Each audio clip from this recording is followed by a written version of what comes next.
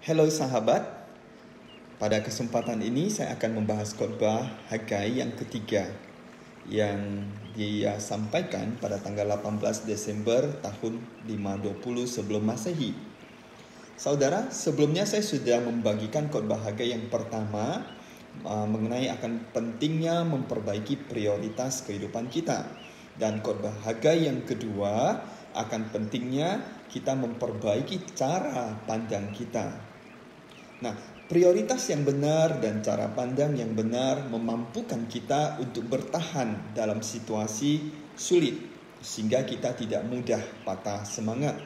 Terlebih lagi pada masa pandemi COVID-19 seperti sekarang.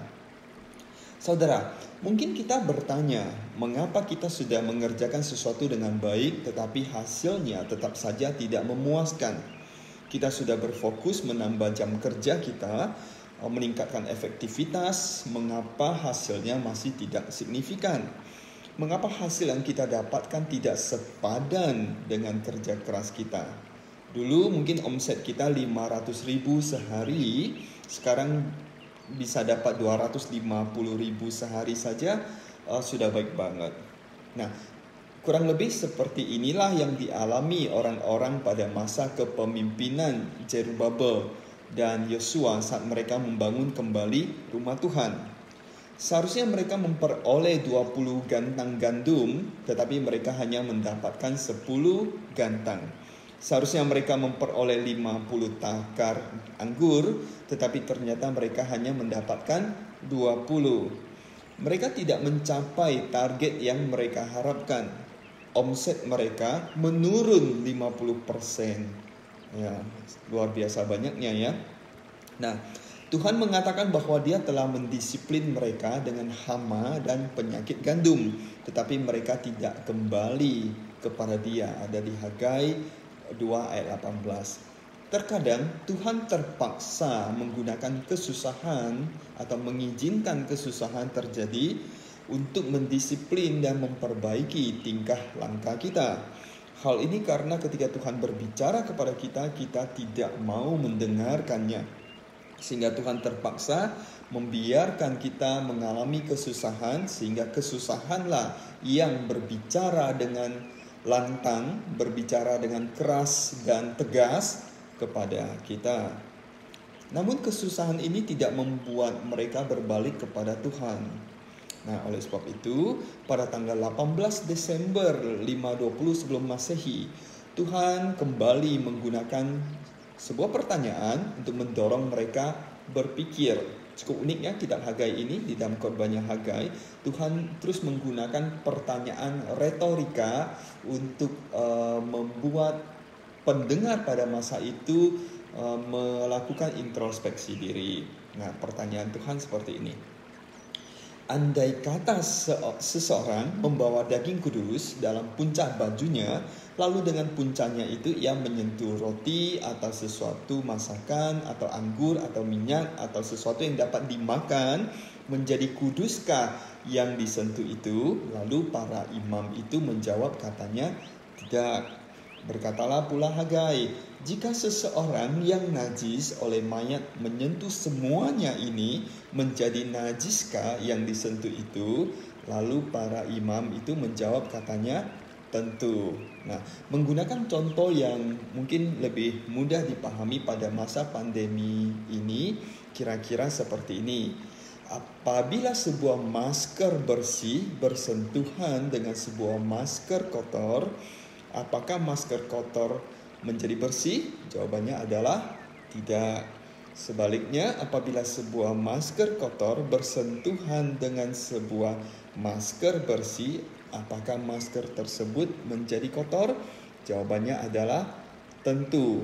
Singkat kata, kenajisan menular tetapi kekudusan tidak.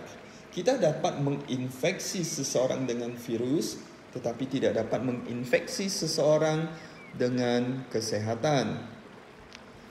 Tuhan menegur segala yang dibuat tangan mereka dan yang dipersembahkan mereka di sana adalah najis. Hagai tidak menyebut secara spesifik dalam hal apa mereka bersalah. Namun pendengar Hagai mengetahui kesalahan mereka sehingga mereka bertobat.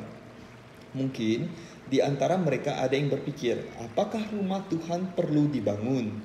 Atau mereka sudah hidup tanpa rumah Tuhan selama lebih dari 70-an tahun lamanya.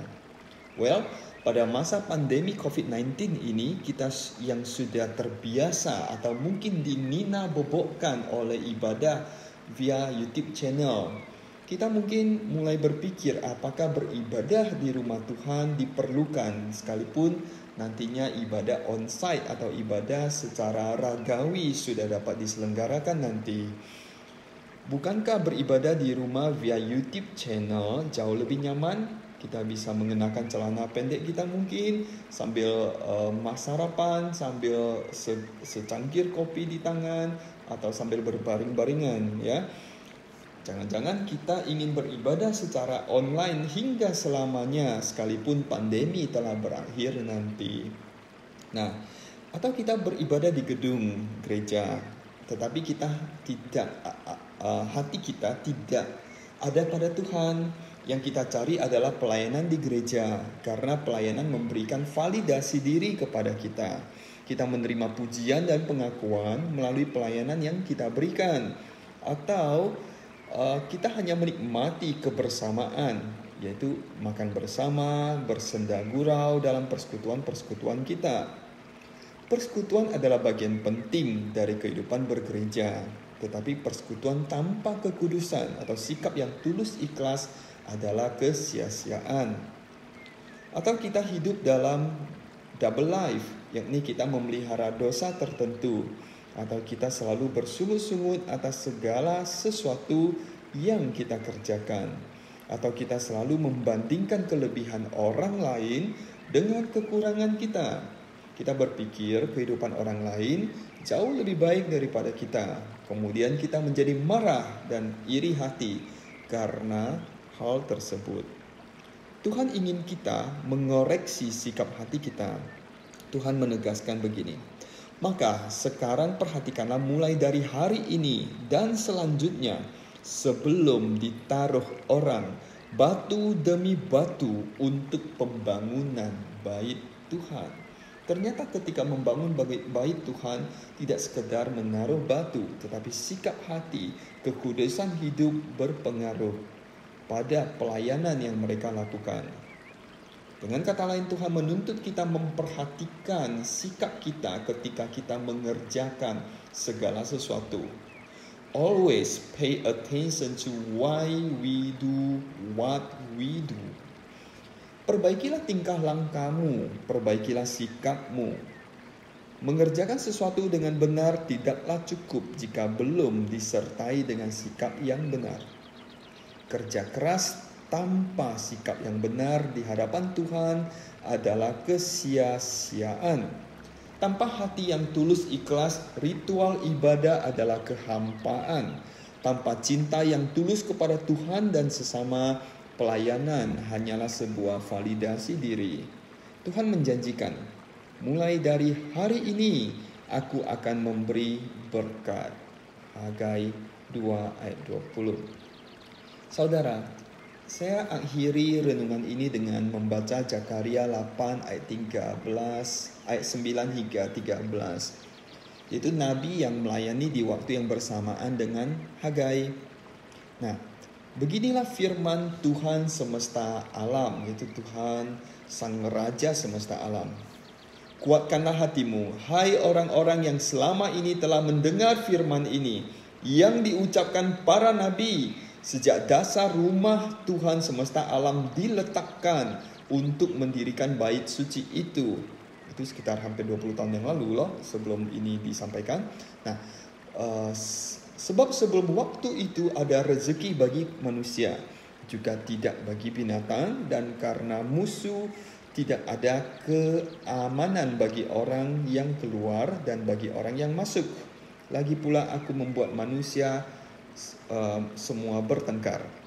Tetapi sekarang aku tidak lagi seperti waktu dahulu terhadap sisa-sisa bangsa ini. Demikianlah firman Tuhan semesta alam.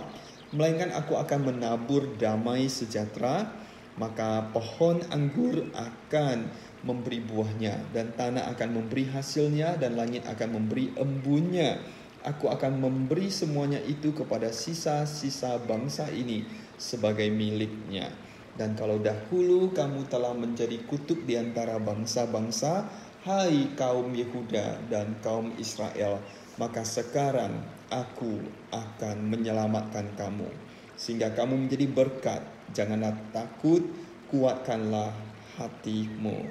Saudara, pandemi COVID-19 ini membuat banyak orang kehilangan rasa aman, kehilangan rezeki, ya, bahkan banyak yang bertengkar karena uang atau bertengkar karena relasi keluarga dan lain sebagainya. Tuhan bagaikan menahan embun, yang menahan berkat sehingga orang bergumul. Tapi saudara, percayakah saudara apa yang Tuhan sampaikan, apa yang Tuhan firmankan di sini melalui Nabi Zakaria, bahwa kamu akan menjadi berkat. Janganlah takut, kuatkanlah hatimu. Percayakah bahwa penyertaan Tuhan ada padamu, sehingga kuatkanlah hatimu bahwa kamu sungguh akan menjadi berkat. Nah, khotbah Hagai yang ketiga ini tetap harus kita hubungkan dengan khotbah sebelumnya, karena semua saling berkaitan. Pertama adalah Tuhan memanggil kita untuk memperbaiki prioritas hidup kita. Dan kedua, memperbaiki cara pandang kita. Jika tidak, kita akan mudah putus asa, mudah patah semangat karena cara pandang kita yang salah. Maka belajarlah, meskipun kondisi sulit, ada begitu banyak pandangan-pandangan yang sangat negatif yang terus ditebar, disebarkan, ya, virus-virus negatif. Bagaimana kita tetap mempertahankan prioritas yang benar dan cara pandang yang benar. Dengan demikian, dengan khotbahnya yang ketiga ini, yaitu kita memperbaiki sikap hati kita, sikap kita mengerjakan sesuatu, yaitu apa yang saya katakan tadi, why we do what we do. We focus on why we do what we do. 我们的动机，为什么我们用某种方法做某种事，正确的动机。Nah, bagian ini kiranya memperbaiki hidup kita, memperbaiki cara kerja kita. Dengan demikian, kita sungguh-sungguh dapat menjadi berkat sekalipun pada masa pandemi COVID-19 ini, atau pada masa atau situasi yang sulit ini. Ingatlah firman Tuhan, sekiranya sehingga kamu menjadi berkat. Janganlah takut, kuatkanlah hatimu. Kiranya Tuhan besertamu. Amin. Saudara, mari kita berdoa. Ya Bapa, Engkau sungguh Allah yang melihat hati manusia. Hati kami yang terdalam, motivasi kami dan sikap kami ketika kami mengerjakan sesuatu tidak luput dari mata-Mu. Kami tidak dapat menyembunyikan suatu apapun dari Engkau, ya Tuhan. Bapa, periksalah hati kami dan insafkanlah kami dengan Roh-Mu yang kudus. Tuhan, mampukan kami untuk memperbaiki sikap hati kami dalam mengerjakan segala sesuatu. Tolong kami Tuhan untuk memperhatikan sikap kami dengan sungguh sebelum kami mengerjakan sesuatu. Kiranya Engkau berkenan atas segala sesuatu yang kami kerjakan, dan kiranya kami dapat menjadi berkat bagi sesama. Ya Tuhan, tolonglah kami. Kami berdoa dalam nama Kristus Yesus. Amin.